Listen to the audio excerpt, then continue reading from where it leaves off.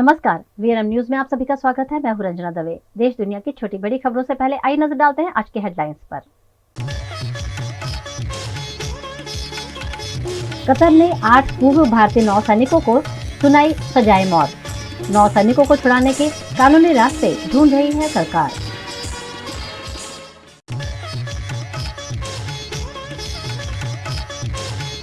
देश के प्रधानमंत्री नरेंद्र मोदी करेंगे मां अंबा के दर्शन। 30 अक्टूबर को आएंगे अंबाजी।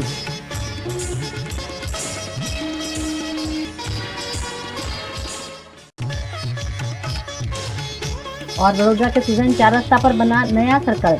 छोटा सर्कल बनाने से घटेगी ट्रैफिक समस्या।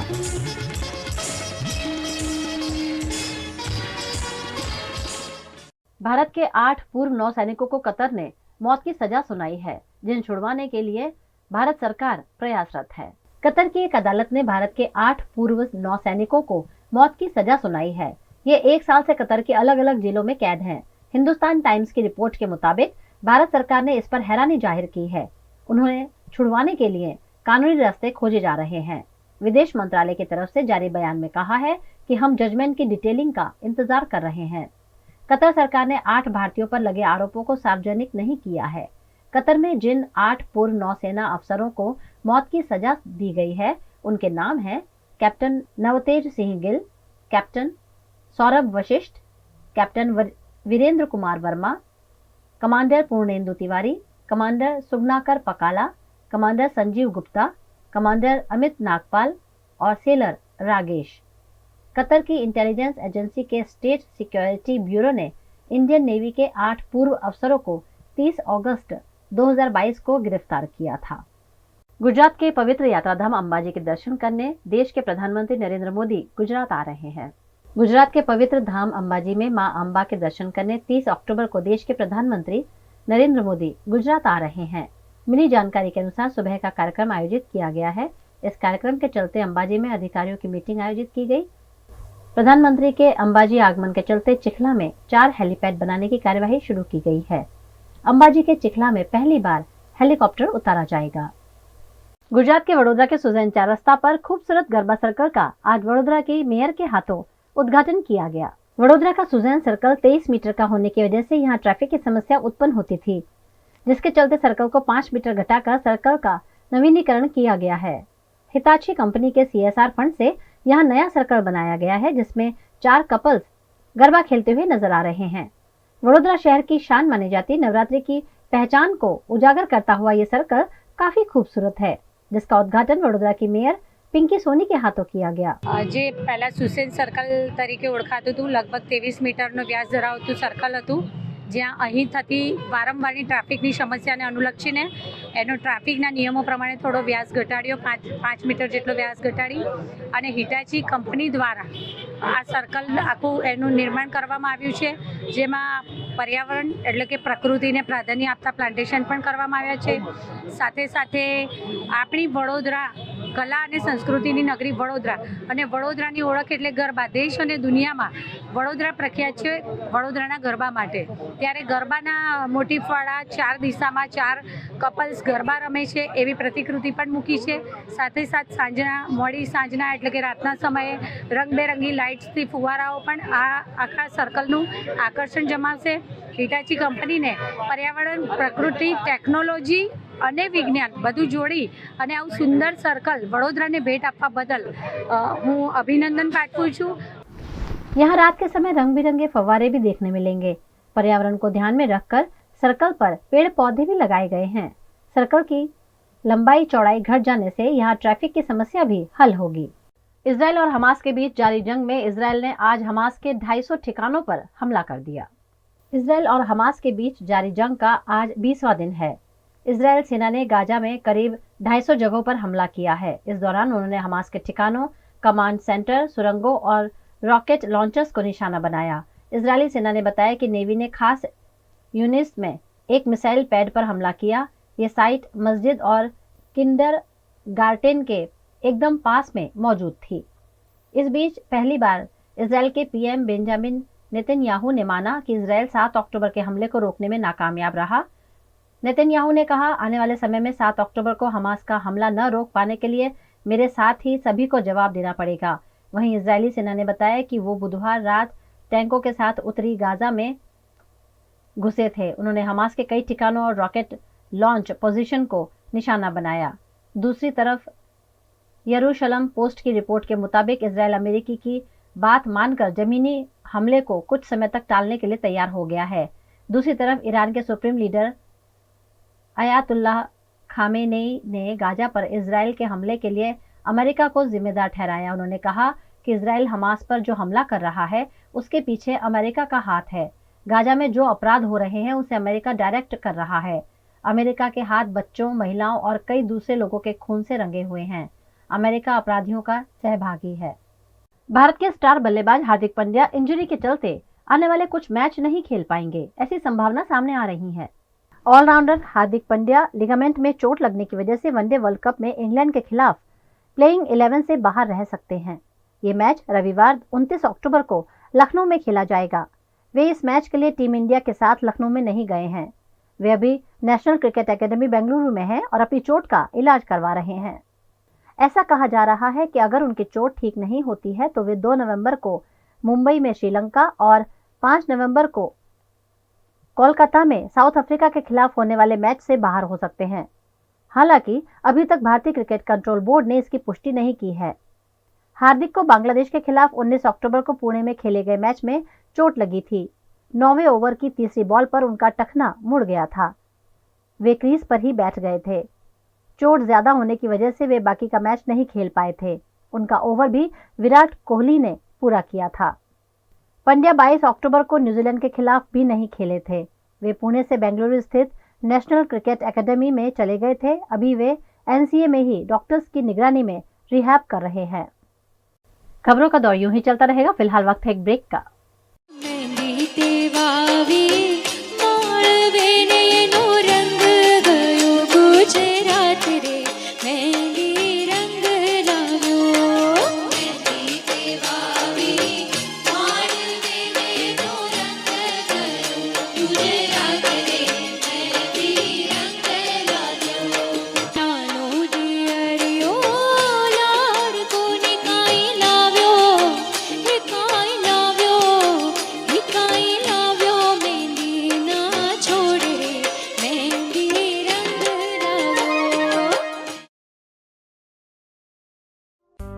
बड़ोदरा के शोर शराबे से दूर पंचवटी के लीजियर एली रेस्टोरेंट एंड बैंक्वेट में शुद्ध शाकाहारी खाने का लुत्फ उठाइए, क्योंकि यहाँ हर डिश है खास। इतना ही नहीं, यहाँ प्योर जैन फूड भी अवेलेबल।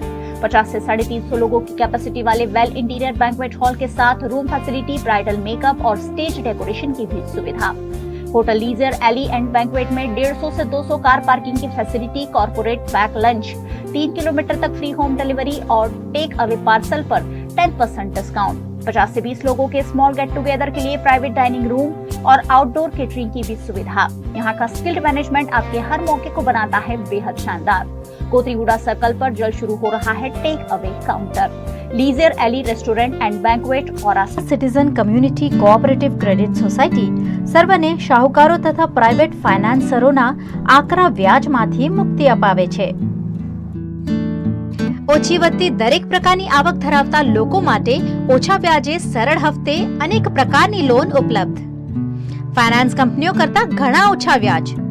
વાર્ષિક વ્યાજ દર 8.5% શરૂ। અનુકૂળતા મુજબના ઈએમઆઈ। લોન માટે સિવિલની પણ જરૂર નથી। પેનલ્ટી વગર લોનની વહેલી ચૂકવણી શક્ય। बचत खाता पर पण आकर्षक व्याज मेळवो। तुरंत संपर्क करो Baroda citizen community cooperative credit society limited, 203B Ivory terrace, circuit house ની સામે, અલકાપુરી, વડોદરા। WhatsApp number 9327109414।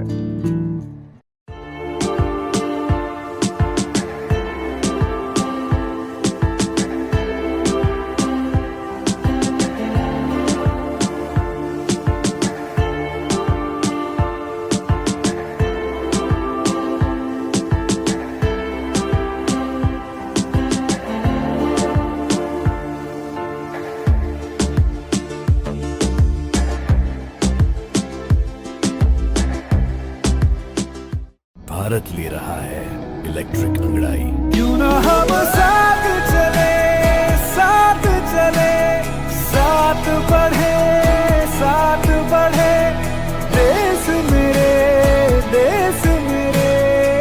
को ले जाए नई दिशा की ओर। आपका जॉय, भारत का जॉय। વડોદરાના ઘણા વિસ્તારો જેમ કે અકોટા, માંજલપુર, અલકાપુરી, મકરપુરા વગેરે વગેરે વિસ્તારોના લોકો ચિંતામાં છે. આ ચિંતાનું કારણ છે વડોદરાના લોકોમાં વધતી ઈર્ષા. જી હા, અને આ ઈર્ષાનો સ્ત્રોત છે તરસાલી એરિયામાં આવેલ રેઝિડેન્શિયલ પ્રોજેક્ટ દર્શનમ પ્લેસ. ઘણી બધી એમ્યુનિટીઝથી ભરપૂર આ 2 અને 3 BHK પ્રોજેક્ટ બની ગયો છે નવા ઘર શોધવાવાળા લોકો માટે એક અનોખો અવસર.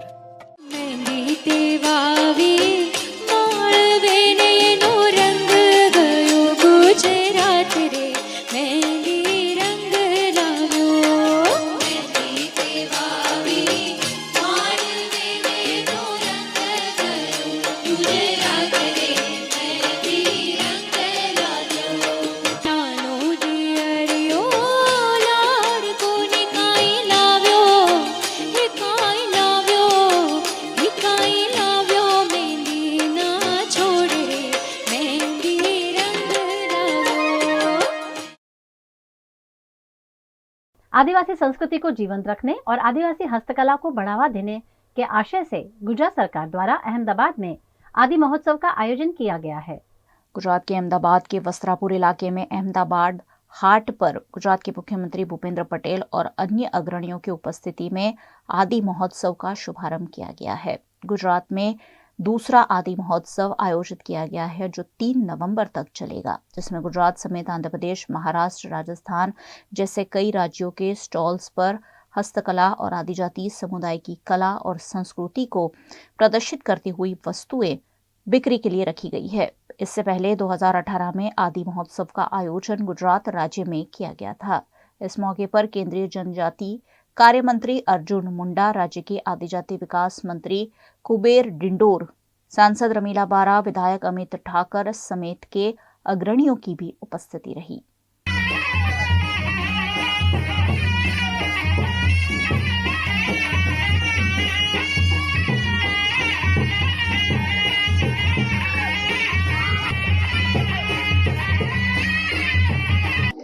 में जो प्रोडक्ट लाए हैं आज यहाँ पर हमारे खेती में उगाया गया है, जैसे मूंग है, बाजरी है, सोयाबीन है, ज्वारी है, चना है। जो भी प्रोडक्ट हम लाए हैं जो घर पे बना के लाए हैं, हम लोग बनाते हैं हमारे समूह से और हम बना के इधर लाते हैं। टोटल ऑयल फ्री है, शुगर फ्री, फैट फ्री है। इससे खाने से कोई नुकसान नहीं है। ये एक डाइट नमकीन के तौर पे आप खा सकते हो इसको। जो यहाँ क्रय करके यदि ऑर्गेनिक नेचुरल प्रोडक्ट को लेते हैं तो उनके लिए भी अच्छा होता है और सुदूरवर्ती क्षेत्र में रहने वाले लोगों को भी प्रोत्साहन मिलता है, रोजगार मिलता है। तो यह ब्रिज करने का काम ट्राइफेड के माध्यम से ट्राइबल अफेयर्स मिनिस्ट्री कर रही है और ट्राइफेड इन सारी चीज़ों में लगातार विभिन्न राज्यों में आयोजन करके लोगों को मौका दे रहे हैं। आप देखेंगे यहाँ नागालैंड के हैं, अरुणाचल के लोग हैं, मणिपुर के लोग हैं, तो झारखंड के लोग हैं, उड़ीसा के लोग हैं, राजस्थान के लोग हैं, गुजरात के तो है ही हैं, गुजरात में हो रहा है। तो ऐसे बहुत सारे वस्तुएं आज यहाँ लोगों को देखने को मिल रहा है। देश भर में नई शिक्षा नीति लागू करने की कवायद चल रही है, जिसके तहत आयोजित राष्ट्रीय कॉन्फ्रेंस का गुजरात के स्टैच्यू ऑफ यूनिटी पर प्रारंभ हुआ। गुजरात के नर्मदा जिला के एकता नगर में राष्ट्रीय शिक्षा नीति 2020 पर विचार विमर्श के लिए राष्ट्रीय स्तर की कॉन्फ्रेंस आयोजित की गई है, जिसमें गुजरात के मुख्यमंत्री भूपेंद्र पटेल, शिक्षा मंत्री ऋषिकेश पटेल, राज्य मंत्री प्रफुल्ल पानशेरिया उपस्थित हुए हैं। गुजरात के मुख्यमंत्री भूपेंद्र पटेल ने राष्ट्रीय शिक्षा नीति 2020 कॉन्फ्रेंस का दीप प्रागट्य कर शुभारंभ करवाया। राष्ट्रीय शिक्षा नीति 2020 पर शिक्षाविदों समेत के अग्रणी मंथन कर रहे हैं। इस मौके पर गुजरात राज्य के शिक्षा मंत्री ऋषिकेश पटेल ने शिक्षा के स्तर को मजबूत करने पर जोर दिया। एकता नगर में टेंट सिटी 2 में वाइब्रेंट गुजरात 2024 के प्री इवेंट के भाग रूप western zone vice chancellor conference राष्ट्रीय शिक्षा नीति 2020 में शिक्षाविदों और विशेषज्ञों के बीच मनोमंथन के लिए कॉन्फ्रेंस का आयोजन किया गया है, जिसकी आज से शुरुआत हुई है। एज्युकेशन पॉलिसी 2020 अंतर्गत भूतकाळनी अंदर जे आपणी शिक्षा नीतिओ रही है એ સામાન્ય રીતે રોજગાર પેદા કરવાની શિક્ષા નીતિ રહી છે. દેશ માટે દેશના યુવાનોના મનમાં અને એમની પડેલી આકાંક્ષાઓને કેવી રીતે મૂર્તિમંત કરી શકાય અને શિક્ષા નીતિઓ પણ વખતો વખત નાના મોટા સુધારા સાથે ચાલતી રહી, પરંતુ સમય સાથે અને સમયના પરિવર્તનની સાથે અને દુનિયા સાથે તાલ મિલાવવા માટે અને સાથે આપણા સંસ્કારો, આપણી સંસ્કૃતિ જાળવી રાખવા માટે આ બંનેના સુભગ સમન્વય સાથે નવીન રાષ્ટ્રીય શિક્ષા નીતિ આદરણીય પ્રધાનમંત્રી મોદી સાહેબ ખૂબ વિચાર મનોમંથનના અંતે દેશ સમક્ષ પ્રસ્તુત કરી છે.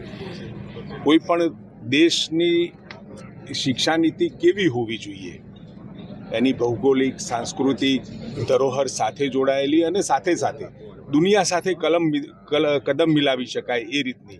ભૂતકાળમાં પણ નાલંદા, તક્ષશિલા, વલ્લભી જેવી વિશ્વવિદ્યાલયો આપણે ત્યાંથી લોકો બહારથી જ્ઞાન લેવા માટે અહીંયા આવતા હતા. गुजरात के अंबाजी धाम में आसो सूद पूनम के दिन चंद्र ग्रहण होने के कारण अंबाजी मंदिर में दर्शन और आरती के समय में बदलाव किया गया है. गुजरात के प्रसिद्ध यात्रा धाम अंबाजी में 28 तारीख को पूनम के दिन चंद्र ग्रहण होने के कारण मां के दर्शन और आरती के समय में फेरबदल किया गया है. पूनम के दिन मंगला आरती सुबह 6 बजे की जाएगी और दर्शनों का समय 6:30 से 11:30 बजे तक रहेगा. दोपहर 12 बजे माताजी को राजभोग लगाया जाएगा. राजभोग लगाने के बाद मंदिर बंद रहेगा. चंद्र ग्रहण होने के चलते शाम की आरती दोपहर 2 बजे की जाएगी और दर्शनों के लिए मंदिर 1 घंटे 2:30 बजे से 3:30 बजे तक खुला रहेगा और इसके बाद मंदिर संपूर्ण रूप से बंद रहेगा. पूनम के दूसरे दिन से दर्शनार्थियों के लिए नियमित रूप से आरती और दर्शन जारी रहेंगे.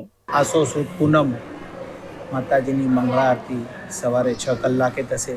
त्यारबाद 6:30 થી દર્શન 11:30 સુધી ચાલુ રહેશે.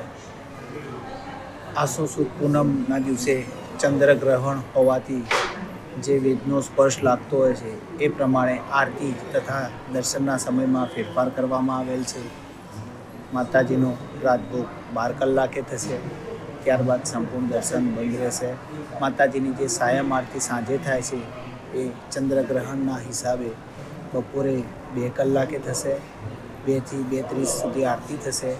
गुजरात के खेड़ब्रह्मा तालुका के खेरोल की नचिकेत विद्या संस्था में पढ़ाई करने वाले आदिवासी बच्चों पर अत्याचार किया जाता होने की खबर सामने आई थी, जिस पर राज्य मंत्री प्रफुल्ल पानसेरिया ने अपनी प्रतिक्रिया दी है. એ બાબતની અંદર જે આવી અનેક બાબતોમાં જ્યાં વાલીઓના ભોળપણનો લાભ ઉઠાવી ભુવાઓ વગેરે ધતિંગ કરીને આવી પ્રવૃત્તિ કરતા હોય છે, ત્યારે ચોક્કસ જ્યાં જ્યાં આવી ઘટનાઓ ઘટી છે એમાં સખ્તપણે કાર્યવાહી કરવામાં આવી છે. અને બાળકો માટે, બાળક કોઈ પણ હોય એ બાળક આપને આપણું પોતાના એમને જો તકલીફ પડતી હોય તો એ બાળક પ્રત્યે પૂરી દરેક સમાજના લોકોની એની સંવેદના હોય છે. આ બાબતમાં એક દાખલારૂપી एक एक्शन लेवाय एवं चौक्कस हमें प्रयास करें. गुजरात के वडोदरा के कीर्ति मंदिर की आकृति आर्ट गैलरी में आर्टिस्ट अतुल राखे ने भगवान के फोटोज की प्रदर्शनी का आयोजन किया है. कला नगरी वडोदरा में कलाकारों द्वारा कई तरह की कलाकृतियां तैयार की जाती हैं. वडोदरा के आर्टिस्ट अतुल राखे ने कीर्ति मंदिर की आकृति आर्ट गैलरी में 3 दिवसीय प्रदर्शनी का आयोजन किया है, जिसमें उन्होंने भगवान की तस्वीरों की प्रदर्शनी लगाई है. पिछले 30 साल से पेंटिंग करने वाले अतुल राखे इन पेंटिंग्स के लिए पिछले 1 साल से मेहनत कर रहे थे. ये एग्जीबिशन 26 से 28 अक्टूबर तक जारी रहेगा.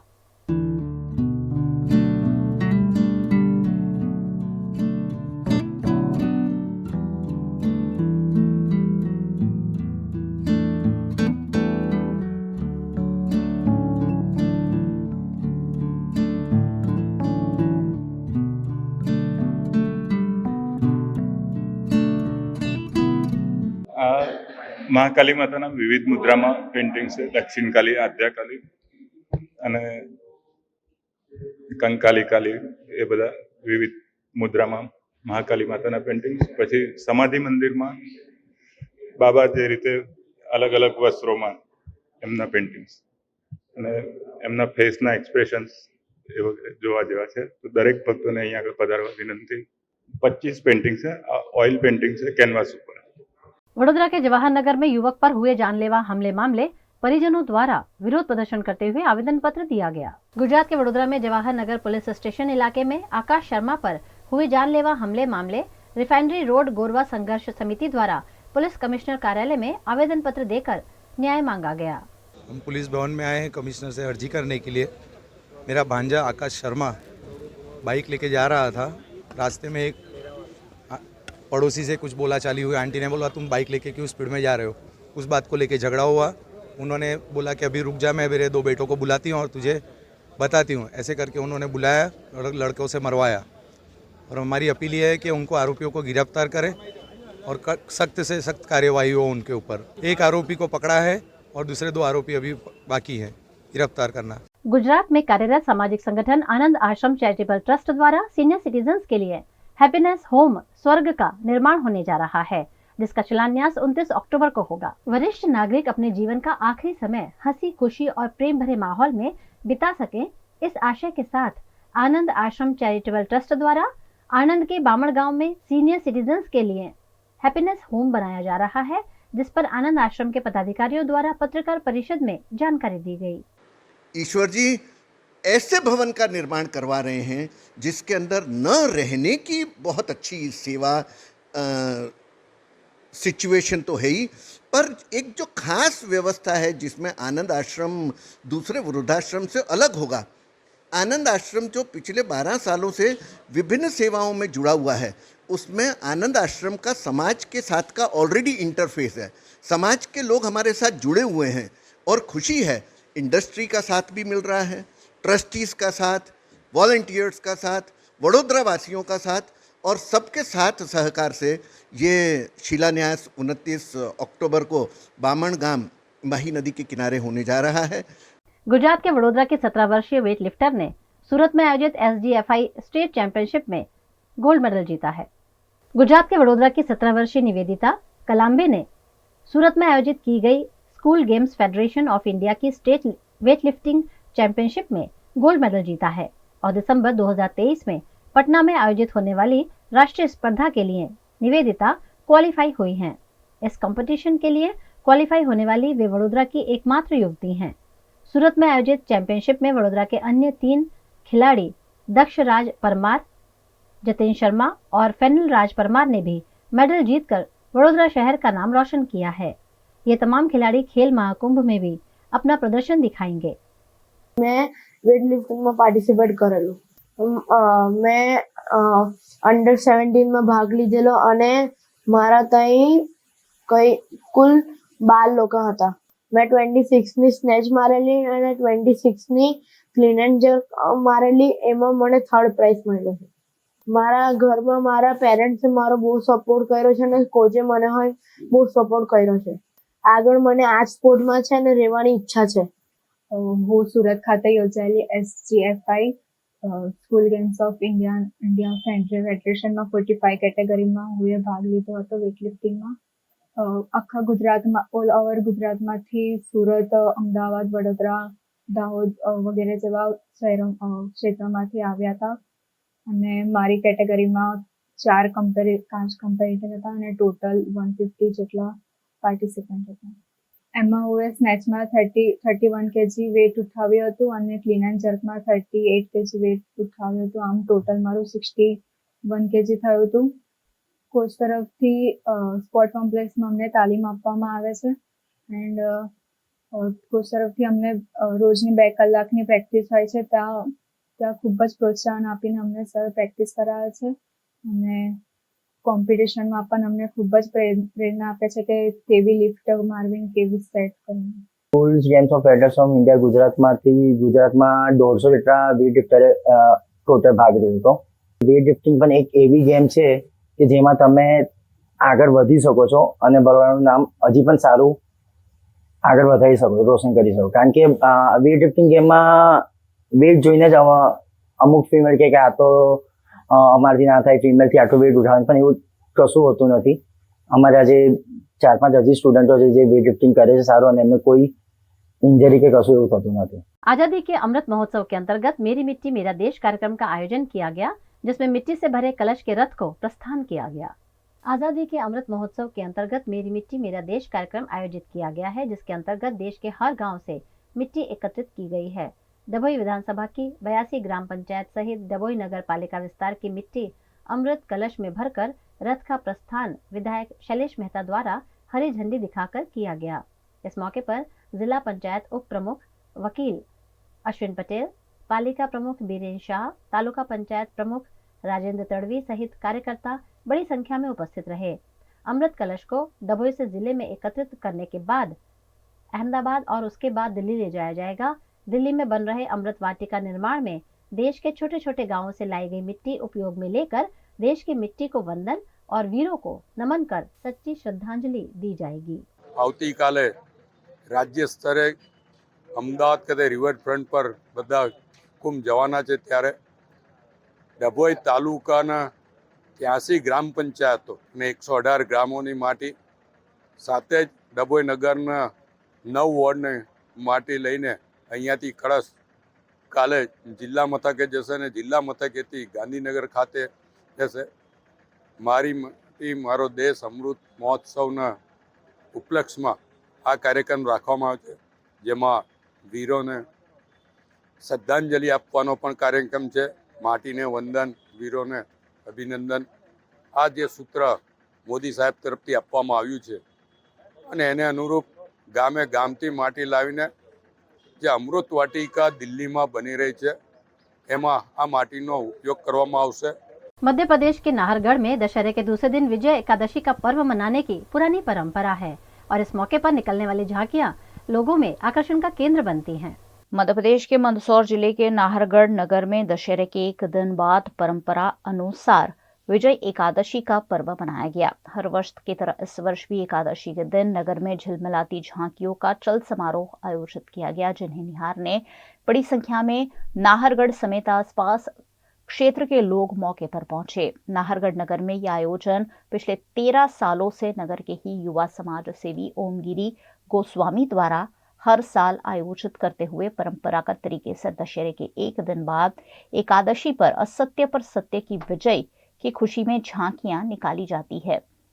विलुप्त होती जा रही नाहरगढ़ की इस परंपरा को आज भी गोस्वामी परिवार ने कायम रखा है। इस मौके पर झांकियों के साथ अखाड़ा कलाकारों ने अपने करतब भी दिखाए। इस आयोजन को लेकर नगर के लोगों में काफी उत्साह देखने मिला। कई स्थानों पर प्रसादी अल्पाहार का वितरण भी किया गया। वहीं आदर्श आचार संहिता के मद्देनजर सुरक्षा के लिहाज से पुलिस और प्रशासन की टीमें भी मौजूद रही।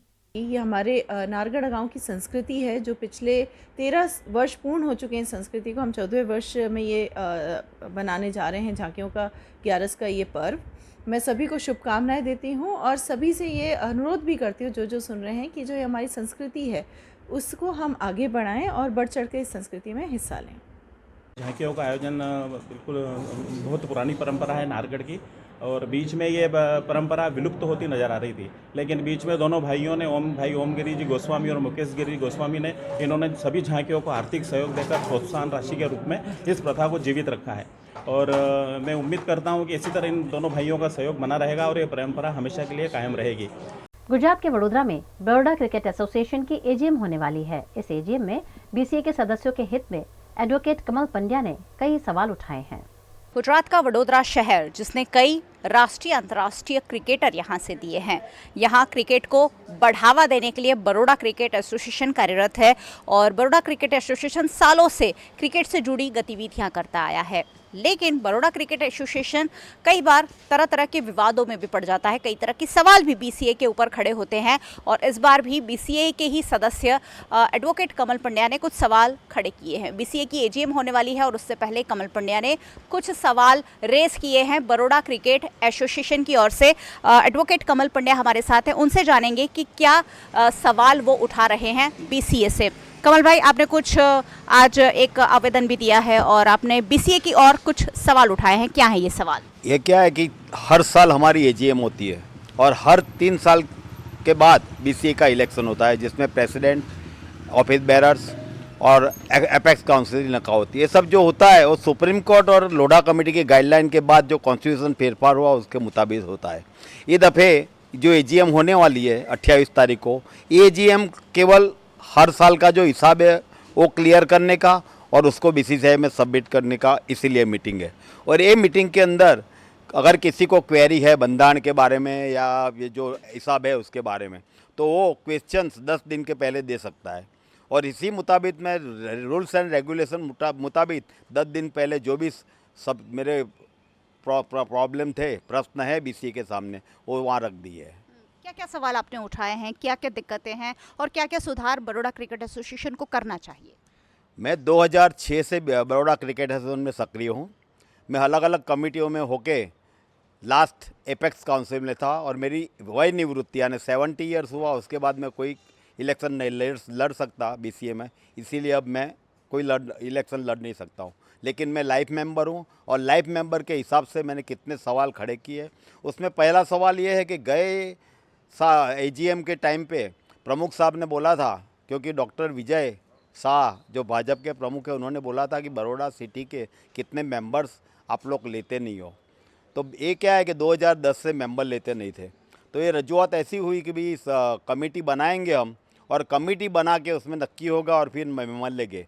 लेकिन 1 साल उसमें कंप्लीट हो गया, लेकिन अभी तक कोई कमेटी बनी कि उसमें कोई किस तरह की अपॉइंट करेंगे, सभ्य कहाँ से लेंगे, वो कोई डिसाइड नहीं किया है। क्योंकि बीसीए क्या है, परंपरा, बीसीसीआई भी नहीं हुआ उसके पहले बीसीसीआई अस्तित्व में। और एक ऐसी संस्था हिंदुस्तान में ऐसी है कि जहाँ 1500 से 2000 शब्द है और अलग अलग कैटेगरी के, patron category, life member, ordinary member, और एक एसोसिएशन ऐसा ही है कि इतने संख्या में मेंबर्स है। बड़ौदा क्रिकेट एसोसिएशन को लेकर पिछले दिनों ही ये बात सामने आई थी कि भारतीय जनता पार्टी ने भी ये कहा था कि आपको सदस्यों को लेकर जो नए सदस्य हैं उनका चयन करना चाहिए। लेकिन जो सदस्य हैं, बड़ौदा क्रिकेट एसोसिएशन के ऑलरेडी सदस्य हैं, उन्होंने इसका विरोध किया था। कमल भाई, नए सदस्यों की भर्ती और नए सदस्यों को बीसीए में शामिल करने पर क्या आपत्ति हो सकती है?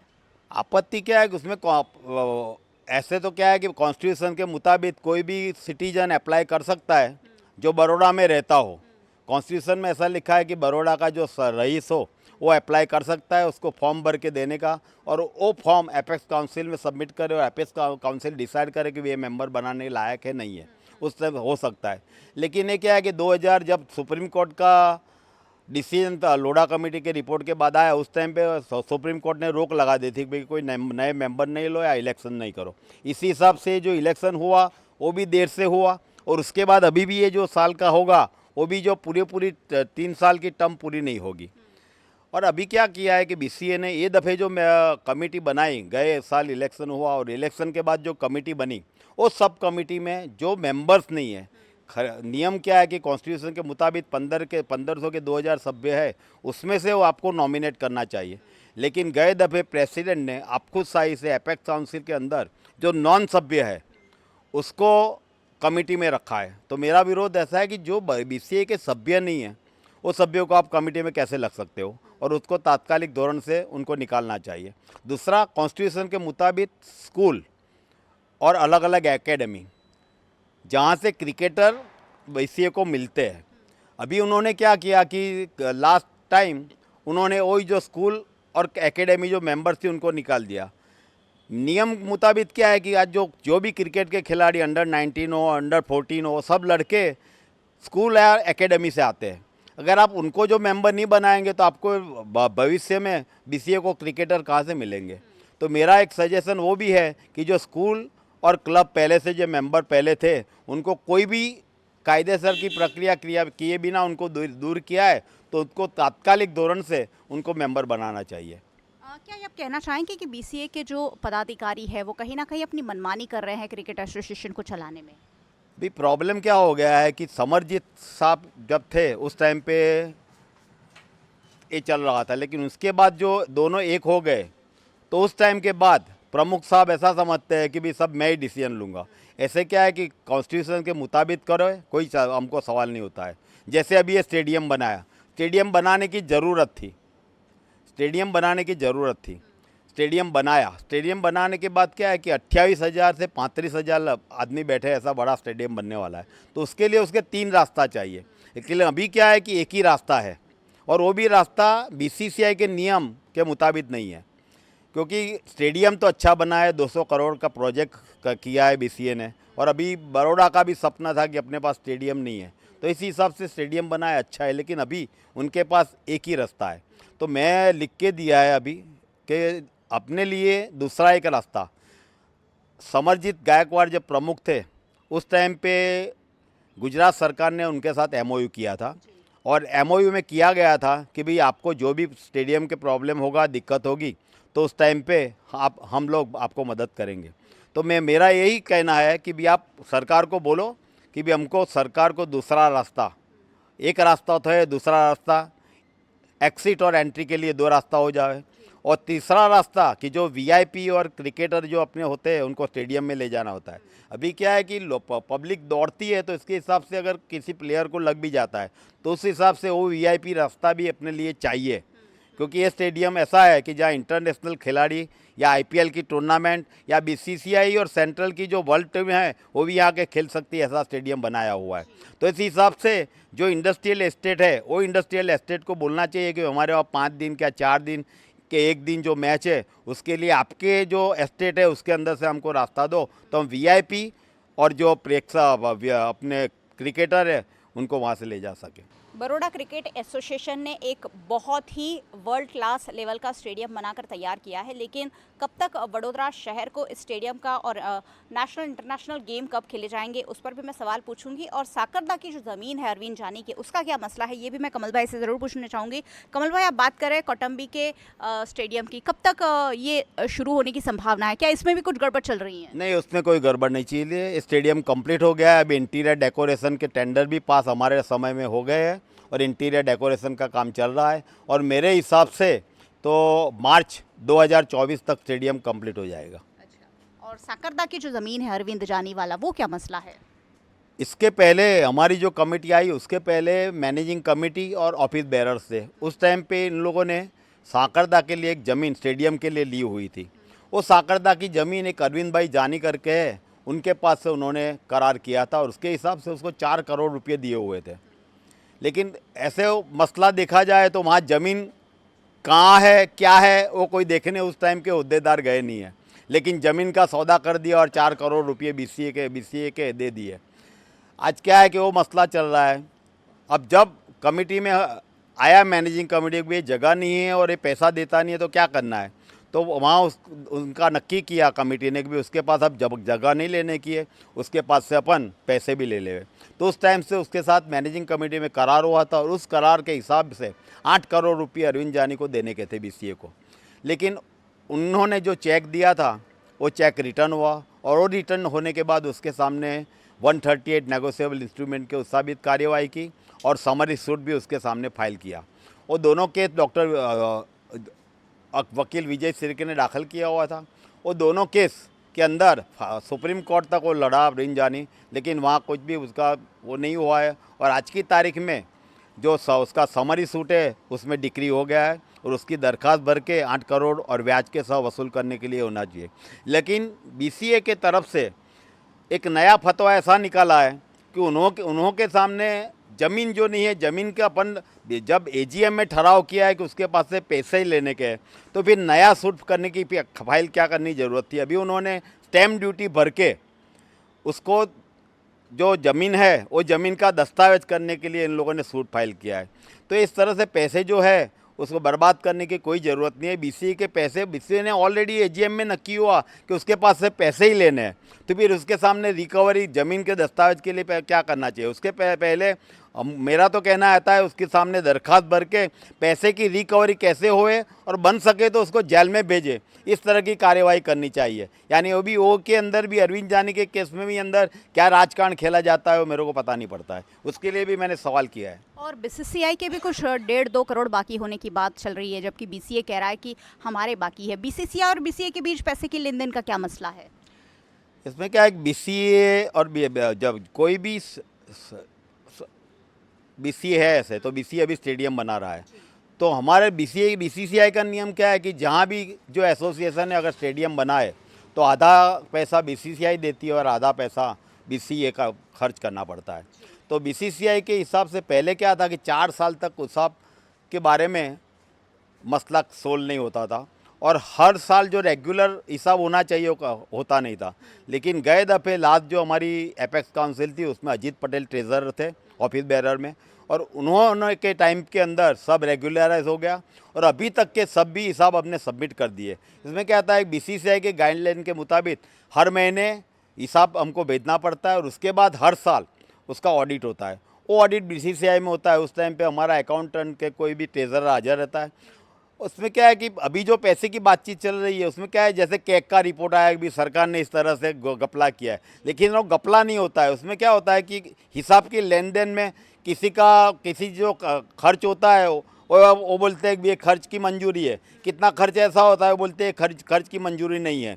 तो इसी हिसाब से जो भी है तो उसके लिए क्या है कि BCCI बुलाते हैं इन लोगों को और डिस्कस करके सॉल्व करते हैं प्रॉब्लम। इसमें कोई प्रॉब्लम है नहीं, BCCI के साथ बैठेंगे तो कोई भी जो हो गया मसला सॉल्व हो जाएगा। आशा करते हैं मसले जल्द से जल्द सॉल्व हो जाए। और सबसे बड़ी बात, वडोदरा शहर क्रिकेट को बहुत पसंद करता है क्योंकि यहाँ से अंतर्राष्ट्रीय राष्ट्रीय क्रिकेटर हमने दिए हैं और इस ऐसे में वडोदरा शहर का हर व्यक्ति, मैं तो कहती हूँ वैसे तो हर क्रिकेट प्रेमी ये चाहता है कि वडोदरा का स्टेडियम भी जल्द से जल्द शुरू हो जाए और बड़ौदा क्रिकेट एसोसिएशन इसके लिए प्रयासरत है।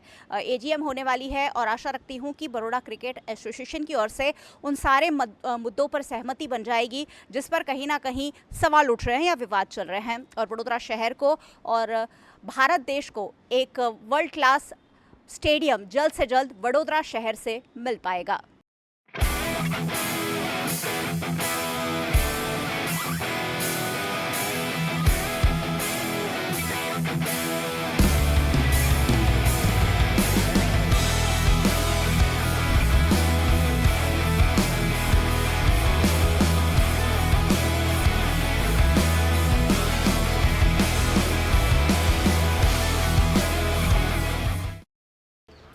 इस वक्त देश भर में वर्ल्ड कप का खुमार सबके सर पे छाया हुआ है।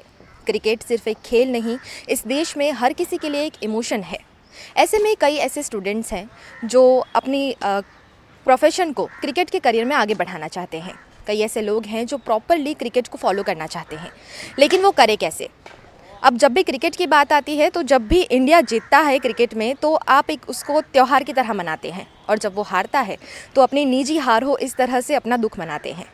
तो आज हम पहुँचे हैं बरोड़ा स्पोर्ट्स क्लब में, जहां हम यहां के कोच कामरान शेख से बात करेंगे और उनके साथ में उनके एकेडमी के कुछ स्टूडेंट्स हैं उनसे भी बात करेंगे। अगर आपको क्रिकेट में एज अ प्रोफेशन आगे बढ़ना है तो आपको क्या क्या बेसिक स्टेप्स लेने होंगे और किस तरह से आप इसे एज अ प्रोफेशन अपनी ज़िंदगी में अपना सकते हैं। तो सबसे पहले मैं बात करूँगी कामरान शेख जी से जो इस क्लब के कोच हैं और वो इन सवालों के जवाब देंगे। मेरा पहला सवाल ये होगा कि क्रिकेट के करियर में आगे बढ़ने के लिए पहला स्टेप किसी को क्या लेना होता है? सबसे पहली चीज़, अगर बच्चा कोई भी स्टार्ट कर रहा है गेम तो एज क्राइटेरिया क्रिकेट का जो भी है कि भाई जितनी अर्ली एज से वो स्टार्ट करेगा उतना उसको बेनिफिट रहता है क्योंकि उसको फिर रश नहीं करना पड़ता प्रोसेस में। सेकेंडली कि इसमें ये लॉन्ग टर्म प्रोसेस है क्रिकेट का, तो सबसे इम्पॉर्टेंट चीज़ है एज ए पेरेंट्स और एज ए स्टूडेंट भी कि आपको पेशेंस रखना है और जो अपना रोज़ का रूटीन है वो फॉलो करते जाना है। उसको ज़्यादा एक्सपेक्टेशन जो पेरेंट्स रखते हैं या एज ए स्टूडेंट रखते हैं जो टीवी पर देखते हैं, तो क्रिकेट में उसका थोड़ा सा डिफरेंट रहता है कि उसमें पेशेंस का बहुत इंपॉर्टेंट रोल है। सर, कितना समय लगता है और किस तरह से उनको पहले प्रिपेयर करना पड़ता है? डायरेक्ट वो खेलना तो शुरू नहीं कर सकते हैं, तो एक फ़िज़िकल और मेंटल उनको एबिलिटी अपनी बनानी पड़ती है, तो क्या क्या प्रिपरेशन उन्हें शुरुआत से दी जाती है? उसमें मैडम अगर बच्चे स्टार्टिंग एज है कि भाई 10 साल है 12 साल है तो कोशिश करनी है कि वो डिफरेंट स्पोर्ट्स में एक्टिविटी कर रहे हैं, जैसे रनिंग हो गई है, फिटनेस उसमें आ जाता है, फिर थोड़ा सा गेम्स रिलेटेड रहता है कि भाई उनको मज़ा आए गेम में, उनका एक इंटरेस्ट बने सबसे पहली चीज़, और धीरे धीरे उनका जैसे इंटरेस्ट होता है फिर एक स्किल का रोल आता है उसमें।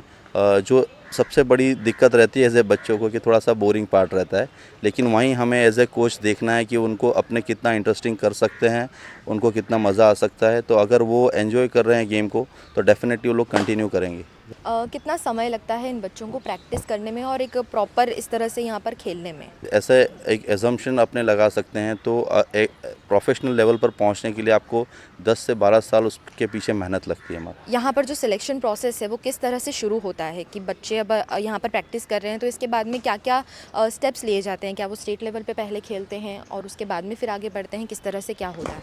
सबसे पहले तो उनको क्लब में अपनी जगह बनानी पड़ती है, क्लब में एक टीम में जगह बनानी पड़ती है। फिर जैसे इंटर क्लब रहता है, इंटर क्लब में अगर वो अच्छा परफॉर्म कर रहे हैं तो फिर वो BCA के लिए सिलेक्ट हो सकते हैं और फिर वहाँ पे मैचेस में उनको परफॉर्म करना पड़ता है।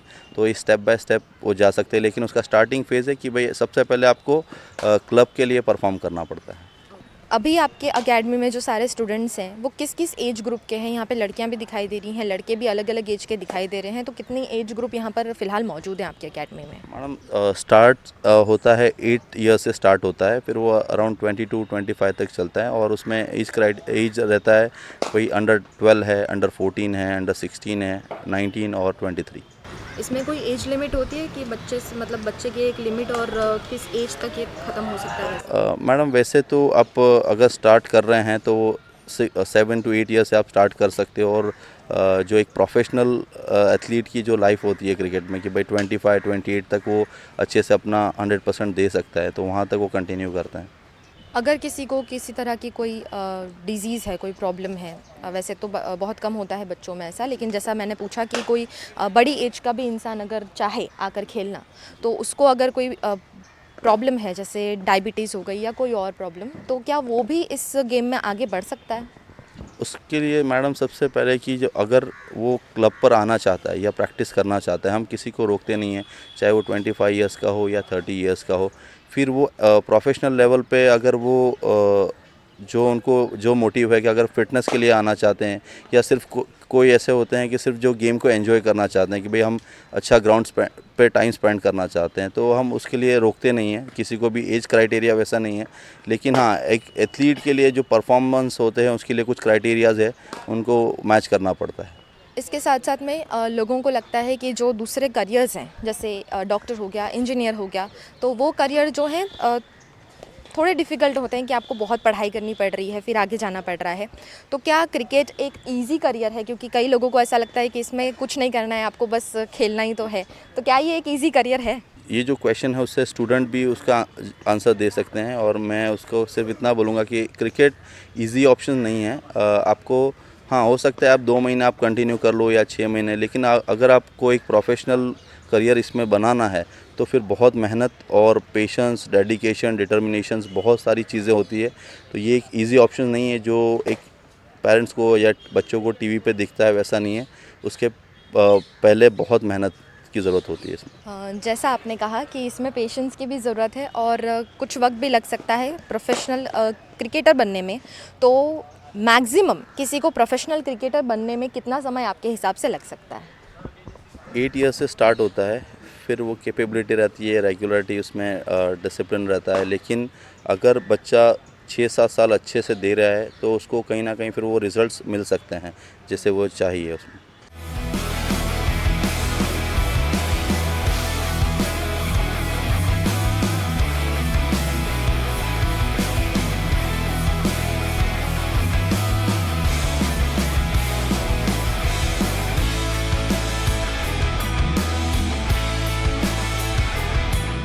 अब हम यहाँ के जो प्लेयर्स हैं जो यहाँ पर सीखने आते हैं उनसे बात करते हैं और उनके बारे में जानते हैं कि एज अ प्रोफेशन उनको क्या मतलब अभी से प्रैक्टिस करनी पड़ रही है और किस तरह के हर्डल्स अभी से फेस करने पड़ते हैं। क्योंकि यहाँ पर जो है बहुत कम एज के बच्चे दिखाई दे रहे हैं, तो वो कहीं ना कहीं स्कूल कॉलेज के साथ साथ में अपने इस ड्रीम गोल को आगे बढ़ाने की कोशिश कर रहे हैं। तो उनसे भी उनके ज़ुबानी जानते हैं कि वो क्या फ़ील करते हैं और किस तरह से इस पूरे रूटीन को मैनेज करते हैं। क्या अपना गोल लेकर आप इस प्रोफेशन में आगे बढ़ रहे हैं?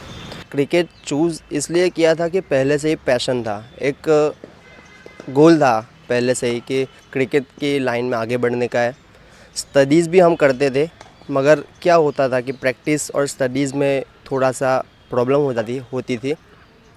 तो अभी हम भरूच से आते हैं, तो यहाँ पे लगभग 3 साल हो चुके हैं। क्रिकेट ऐसा नहीं है कि आप लोगों को ऐसा लगता होगा कि भाई क्रिकेट यानी बच्चों को सिर्फ खेलना है, उसके बाद कुछ नहीं करना होता है। इसमें ऐसा होता है कि अगर आप क्रिकेट खेलते हो, परफॉर्मेंस नहीं होता, फिर आप डिमोटिवेट हो जाते हो, आगे चलते हो। ऐसा होता है कि कभी कभी बहुत अच्छा खेलते हो तो कोई प्लेयर ओवर कॉन्फिडेंस हो जाता है कि अभी चलना, अभी तो सिलेक्ट हो गए हैं ऐसे। तो ऐसा नहीं है, क्रिकेट में पेशेंस बहुत ज़रूरी है। कभी कभी दिन अच्छे भी होते हैं और कभी कभी परफॉर्मेंस नहीं भी होता है, तो इससे घबराने की ज़रूरत नहीं है। अगर तुम अपने क्रिकेट के करियर को लेकर पैशनेट हो तो तुम ज़रूर आगे बढ़ोगे। कितना टाइम देना पड़ता है आपको यहाँ पर प्रैक्टिस के लिए, और उसके बाद में जो बाकी चीज़ें हैं वो आप कैसे मैनेज करते हैं? अभी हम सुबह में आ जाते हैं 6 बजे, ग्राउंड पे आ जाते हैं सब। 10 साढ़े 10 बजे तक हम प्रैक्टिस करते हैं, 4 साढ़े 4 घंटे। फिर उसके बाद शाम को जिम और रनिंग वैसे होती है, और उसके बाद जो स्टडीज़ होती है उसके भी थोड़ा काम करते हैं, तो अच्छा है, मैनेज हो जाता है। खाने का भी थोड़ा ध्यान रखना पड़ता है, फ़िटनेस बहुत ज़रूरी है। क्रिकेट अगर आप खेलना चाहते हो अच्छे लेवल पे तो आपको खाने का भी अच्छी तरीके से ध्यान रखना पड़ेगा, और मेन चीज़ है फिटनेस। अगर फिटनेस आपकी नहीं होगी तो आप सर्वाइव नहीं कर पाओगे इस पैशन गेम में। आप अपनी स्टडीज़ और ये जो अपना क्रिकेट है इसको किस तरह से मैनेज करते हैं? फ़िलहाल तो क्रिकेट में टाइम देने के लिए मैं कॉलेज इतना कंटिन्यूसली नहीं जाता हूँ, but whenever exams come and I try to सब एग्ज़ाम्स दे के पास होने जितना कर लेता हूँ मैं, और क्रिकेट में ही फोकस है पूरा। क्या यहाँ पर ऐसा है कि जैसे अगर किसी को बैटिंग में ज़्यादा इंटरेस्ट है, किसी को बॉलिंग में ज़्यादा इंटरेस्ट है, तो पहले उस पर ज़्यादा फोकस किया जाता है कि जिसमें आपको ज़्यादा रुचि है? हाँ, जो चीज़ में ज़्यादा इंटरेस्ट है उसमें ज़्यादा मेहनत किया जाता है। फिर अगर एक्स्ट्रा को करिकुलर जैसे कि बॉलिंग या फील्डिंग या ऐसा कुछ है तो एक्स्ट्रा उसके लिए भी मेहनत करते हैं। क्या फिज़िकल और मेंटल स्ट्रेंथ आपको जुटानी पड़ती है इस फील्ड के लिए? फिज़िकल स्ट्रेंथ तो फिटनेस, फील्डिंग वो सब के साथ हो ही जाता है। मेंटल स्ट्रेंथ का इसमें बहुत बड़ा रोल है मैम। कहीं ना कहीं मैचेस है, कहीं ना कहीं प्रैक्टिस है, दिन में कहीं भी लैग कर जाते हैं तो फिर थोड़ी दिक्कत रहती है, बट कोप अप करना हम सीखते हैं हर दिन। कोच सिखाते हैं कि क्या करना चाहिए, क्या नहीं, क्या सोचना चाहिए, क्या नहीं, तो वही सब हेल्प करता है मैम।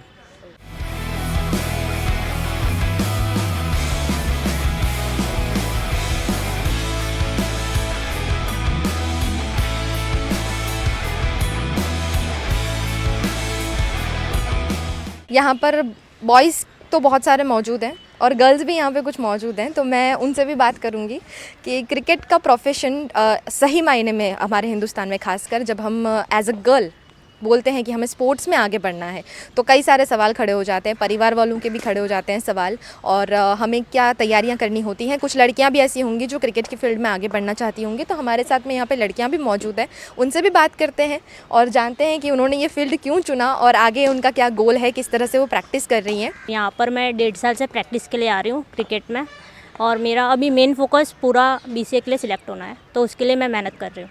कि आप किस तरह से मैनेज करती हैं और क्यों आपने ये प्रोफेशन चुना? और बहुत बार ऐसा होता है कि हमें पहले अपने परिवार को कन्विंस करना पड़ता है, तो आप तीनों में से किसी को ये हर्डल आया है कि परिवार को कन्विंस करने में थोड़ा भी प्रॉब्लम हुआ है? हाँ, एक्चुअली मुझे क्रिकेट बचपन से खेलना था, 6-7 स्टैंडर्ड से, और मेरे को 8 इयर्स लगे मेरे मम्मा पापा को दोनों को कन्विंस करने में, बहुत सारा पेशेंस लगा, एंड इसीलिए मेरे को थोड़ा टाइम लगा, 8 इयर्स जितना।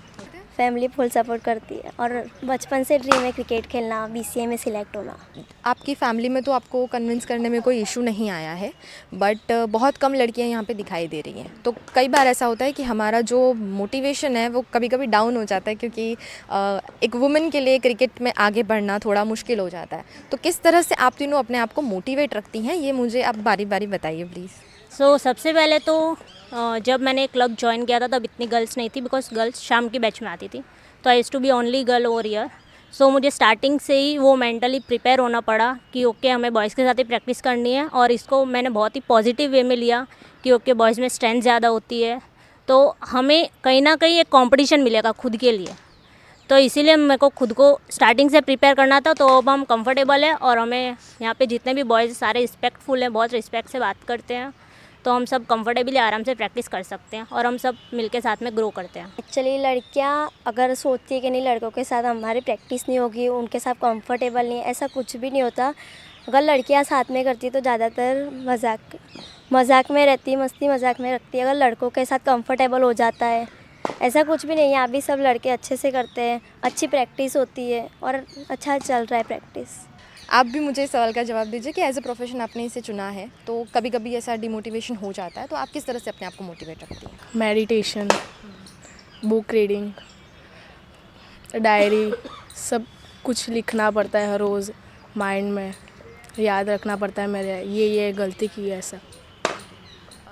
यही आंसर मुझे शायद इन्होंने भी दिया था।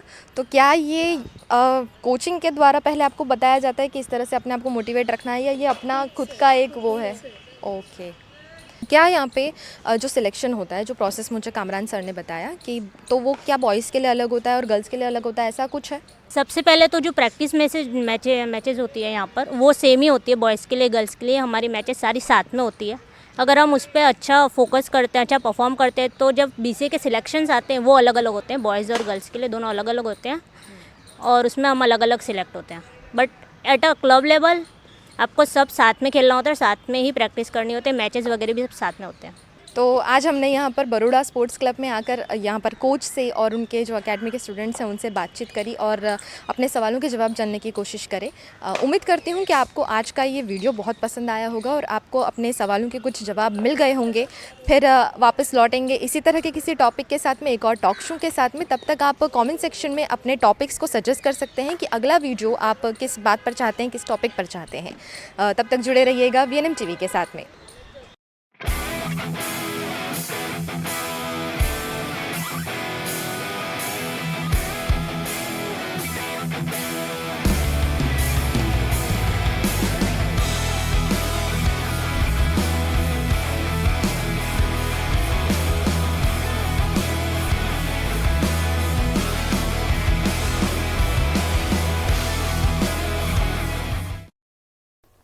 VNM TV की खबरें अब आप YouTube, Facebook, Instagram के अलावा OTT प्लेटफॉर्म्स पर भी लाइव देख सकते हैं। डेली हंट, जियो TV, वोडाफोन TV पर 24 घंटे VNM TV आपके लिए उपलब्ध है, तो देखते रहिए VNM TV।